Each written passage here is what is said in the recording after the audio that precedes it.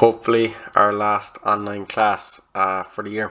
So what I'm going to do here very quickly, I'm just going to go over this note, and I'm just going to finish the trading profit loss balance sheet corrections. So again, just for this note, what we saw is that there was a credit sale because we had goods at the value of 6,000 for the selling price, which were sold at the very last day of the year, and they had not been recorded.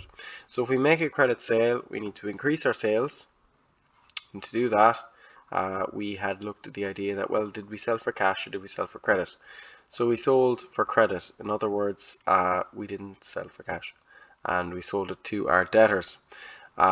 So what we had to do is we had to go to our debtors account, and we had to include the debtors figure that they owed us, the selling price, with our 20,400. And the reason being is because this 6,000 is money that the debtors owe us.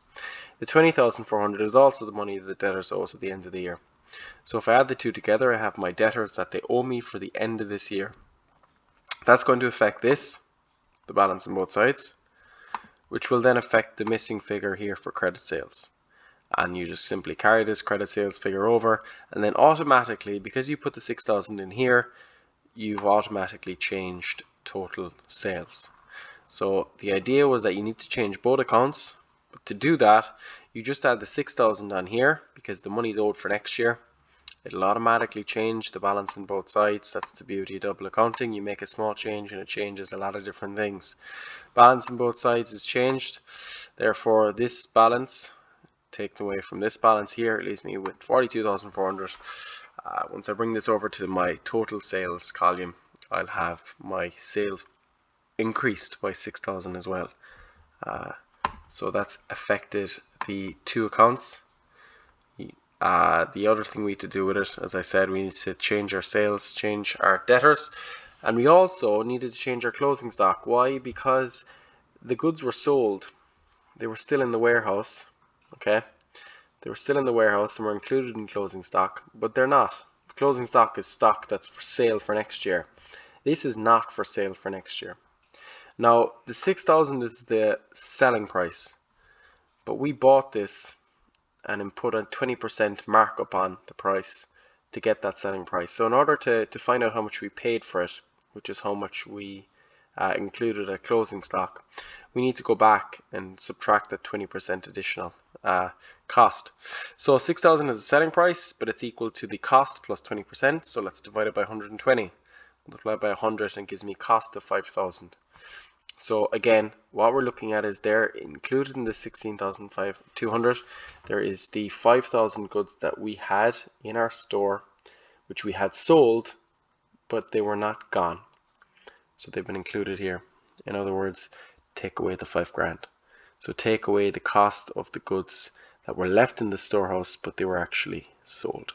That means my trading profit and loss and my current asset closing stock figure will now be 11,200 and not 16,200.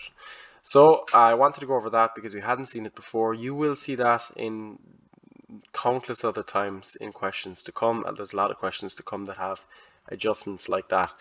Okay, so trading profit and loss and balance sheet. Well, the trading profit and loss, again, let's start with our total sales figure. I got that and my total purchases from my accounts. I don't feel the need to go back up for everything there. We found total sales, I put it in. We found total purchases, I put it in. My opening stock is 17 grand. Seen that here. My closing stock is not 16,200. It's 11,200 because I've done my adjustment. So preferably you do the closing stock adjustment at the end so that you'll remember it going back to do this here. And I've just included note 16 being purchases. Again, as usual, take away closing stock, you're left with your cost of sales. Take that away from your total sales and you're left with gross profit. I've made it this far. I need to add my investment interest I've earned. Again, that was here, but we added on in our notes. So I add that, and technically if you wanted to, you could show this here as being 152, 140 if you wanted to. I am not going to include it there because I have automatically filled out these with Excel and it'll just mess it up a small bit, but you can, if you want, you can have another subtotal here and then have the next subtotal. But anyway, it's plus 30. Go to my general expenses, my light and heat, my interest, and my insurance. I'll find all of those notes have P&L figures for expenses. Just to quickly highlight one of them, if I scroll up anywhere, I can see here my loan interest. That was my P&L figure expense. So you take those four accounts, you take the expense figures, and you include them as their figures are written here. The charity is just one of those expenses that was listed that we didn't have to change. So we have looked again, this is a liability, so it doesn't go in as expenses. We've changed light and heat, changed interest, changed insurance, but we do not have anything to change our standing order. Delivery vans is not a expense as well, it's an asset, fixed asset. So we put in the charity as well, so let's go down to that there. Charity is going to go in of 3,000. The other ones we've adjusted for. Gives me total expenses of 58 grand and 35 euro. I have this. I add my gains. Add gains. I take away my expenses, less expenses, and I end up at a net profit of 93,835. Made it that far. Let's look at the balance sheet. So see the balance sheet here, and for the balance sheet, we're told that the goodwill we found out the goodwill at the beginning of the question, which was my purchase price minus my net worth of the business. Again, purchase price being 220, net worth of the business being assets minus liabilities. My goodwill from note 1 was 27,700. Buildings, I have my buildings note where I had the 180,000 plus the 90,000. Buildings are 270. My vehicles were listed here at 35,200, so I've included them there. And my furniture, where did I get my furniture from? Remember the furniture note. We had seen here that borrowed 120 grand, 90,000 for building, the remaining amount was for furniture. So therefore I spent 30,000 in furniture, and then we had an adjustment here where we were told that we had 25% of furniture going to private use. So obviously we took a sofa out of the business and used it for our own apartment or something like that, and the rest of the furniture remains within the business, so it is a fixed asset. Going back down to the balance sheet, there is no depreciation, there is none at all in incomplete records. There's too much to do for other notes, so they don't include it. These are my totals. Add on my goodwill as well, and I have the four of these adding up to 355,400. I add on my investment fund again, which I got from the bottom of my investment fund account, which I can see up here. I had my current asset, or my financial fixed asset, sorry, from my balance carried down, which I got from these two. So that's my total fixed assets done. Now I move on to my current assets. So my current assets, I have my closing stock figure. Remember, we adjusted it. It's not the 16,200, it's the 11,200. My debtors, what happened here? Well, we adjusted that too. I have already talked about this, but again, I'm just going to show it. Debtors, we had the 20,400 from the question, but we added on another 6,000 because that was money that they haven't paid us yet. They also owe us that. So debtors is from the notes, as is closing stock. So those two are from the notes. They will be worth quite a bit of marks that year because they required adjusting. My bank I got from my notes as well. It's a current asset. My cash I got from the bottom, 600, but again you can see that in your cash account. And my insurance prepaid, I got that from my insurance account. Again, I don't need to kind of state these things. These are just current asset figures at the bottom of the accounts. Total current assets, 89 grand 750. Creditors is 32,600. You can see that from the creditors account right here at the bottom. Electricity, you can see in the light and heat account right here at the bottom. And my loan interest, you'll find that from the loan interest account. If I just quickly scroll up to the loan interest account, I can see here, by the way, that was the insurance current asset. This is the loan interest current liability, again on the credit side as normal. All liabilities are. The loan interest due, if we had a loan repayment due in the next year, which we don't because we're doing the investment fund for this question. In the next question, it'll be one of those loan interest ones again.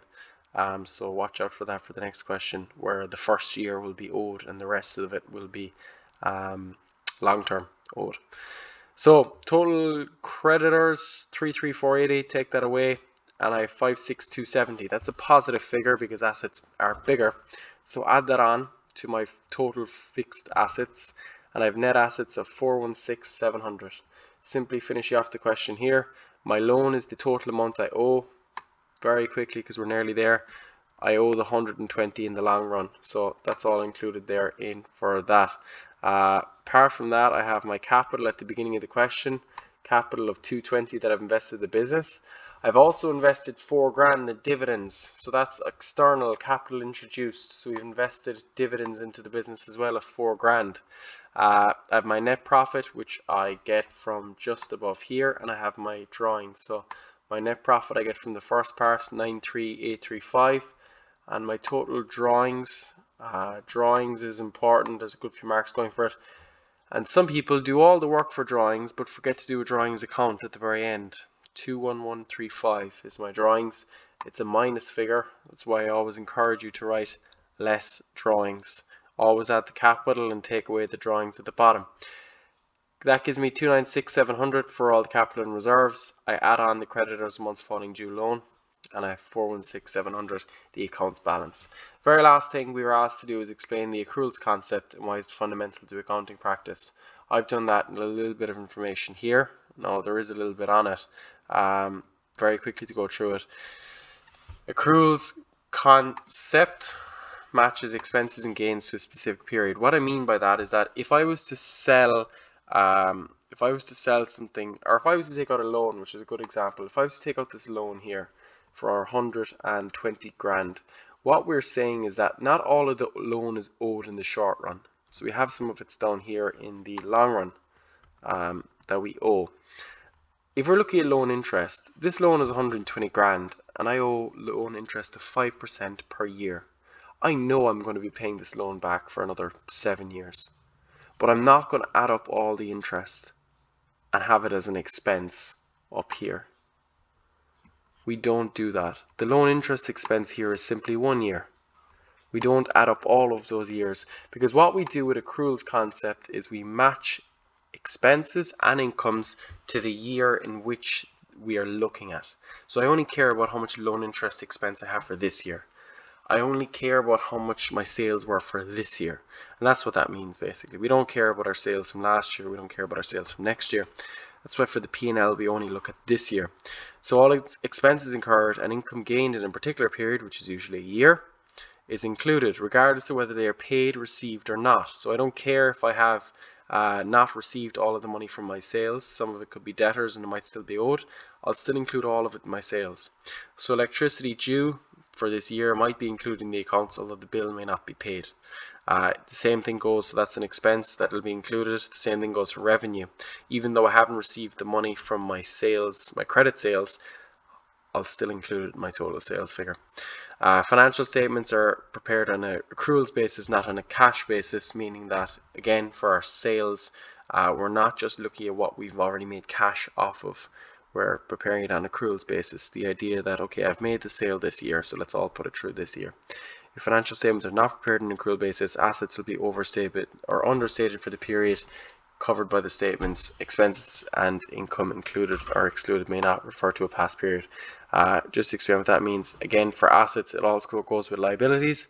If financial statements were not prepared for a year-by-year basis, what would happen is you'd have problems like this. A loan being taken out for 120 grand, and we'd have all of it due this year. All of it. We'd have all of it due here for this year, and we think that we're in complete trouble. When in actual fact we push these things down the line as long-term financing. We'd act like all of the money owed for creditors might be due right now. We'd act like, you know, all of the money that we have, you know, made for sales that isn't cash sales. So basically we'd act like the money from debtors wasn't actually sales. It'd just be messy. So all you're aware of here that for accruals concept, expenses and gains are matched to the year in which we made them, and we don't look at whether we've received the cash for it yet. So that's how the whole accounts are set up. Even though you wouldn't be aware of it, that's what you're doing the whole time you're doing the accounts.